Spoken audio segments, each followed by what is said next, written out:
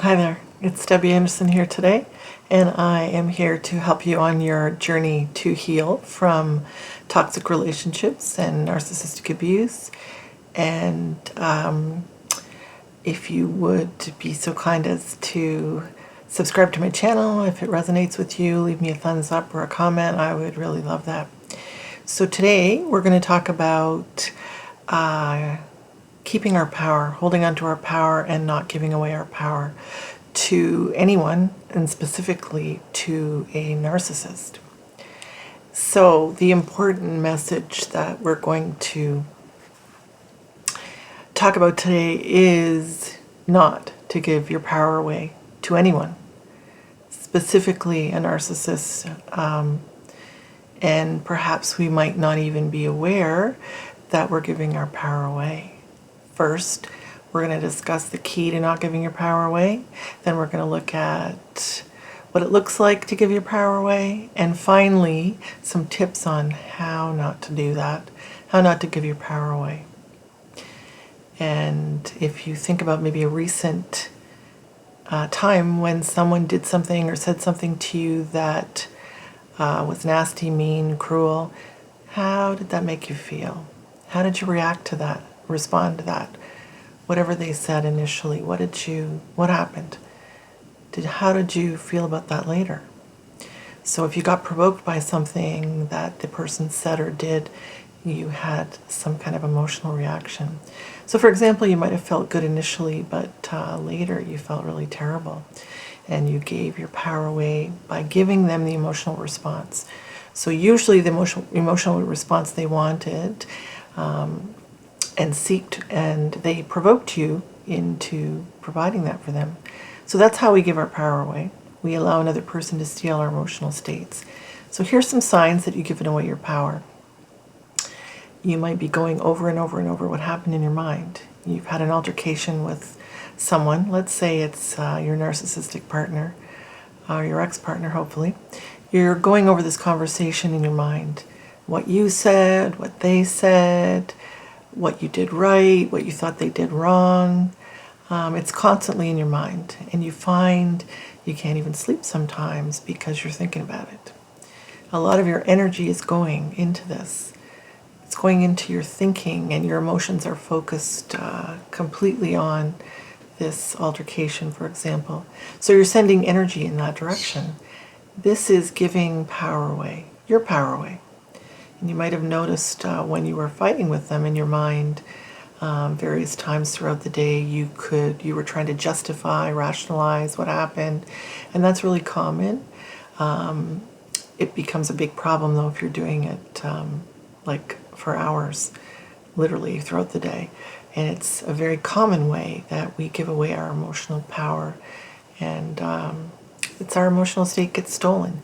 You might have been feeling terrific. You had this altercation with someone, and unfortunately you feel like you've been knocked down, knocked off balance, and it may take you hours, literally, to feel like you did before the altercation happened. You might end up feeling anxious or angry, and you can't seem to focus on anything else.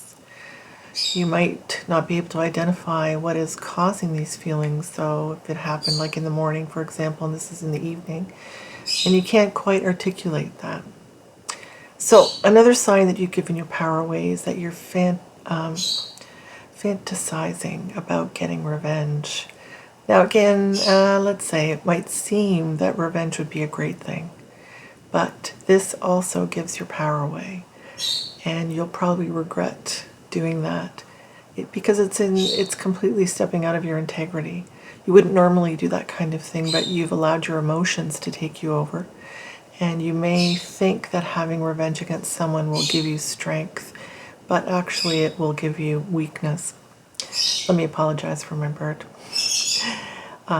So when you react this way and provide the narcissist with a negative narcissistic supply, it just feeds them. Now, narcissistic supply can be negative, can be positive.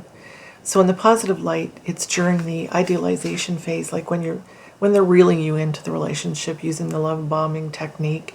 You know, the narcissist is flattering you with words and with actions to show you how things are so wonderful with you and how you are so lovely, intelligent, sexy, attractive, whatever it is. So that is their narcissistic supply. And the negative supply is during like the devaluation phase when you're already hooked in, you're in the relationship, and they start their character assassination to really try and break you. The narcissist puts you down in any way they can, and they're provoking you and trying to get a rise out of you. When you react emotionally, when you lose your shit on them, for example, you're giving them narcissistic supply as well. They want this, and they will feed on your emotions, whether they're negative, whether they're positive, and they specifically like the negative ones. Another way you can give your power away is defending yourself. So you say something and the narcissist says it back to you, or they say it to another person and it's completely not what you said, not what you meant at all. So you do your best to clarify your words, and the narcissist completely dismisses what you say and insists on continuing with their twisted version of what you said. So you attempt to defend yourself, and it goes back and forth. This defending and justifying yourself with the narcissist causes you to lose a lot of power. And one of the biggest tricks that the manipulator, the narcissist in this case, will use is to put you on the defense. You approach them with an issue that you have with their behavior, and they, of course, flip it around. So for example, they might say things like this to you: your skirt is too short considering your age. Or have you considered using some makeup? Or you look good, but maybe if you lost 20 pounds, you would look great. So if you get caught up in these conversations, you forget about the real issue. And that's their intention, of course, is to take your emotional narcissistic supply away and get your power. Take your power. That's what the narcissist wants to do. The bottom line is, you've been given your power away if you end up feeling like a victim. You can even apply this like to the larger world, the political world, for example. When you feel like a victim because a politician or a situation has caused you to give your power away. This is particularly evident in our world now. That is happening with a lot of the politicians and the leaders. So there's no strength when you give your power away. And a key to maintaining your power is self-control. And what that means ultimately is emotional neutrality. And what does that mean? It means the narcissist will try first to provoke you, get your reaction, and you must do your best not to react. If you remain emotionally neutral, for example, keeping your cool, and that takes energy, the narcissist will become angry.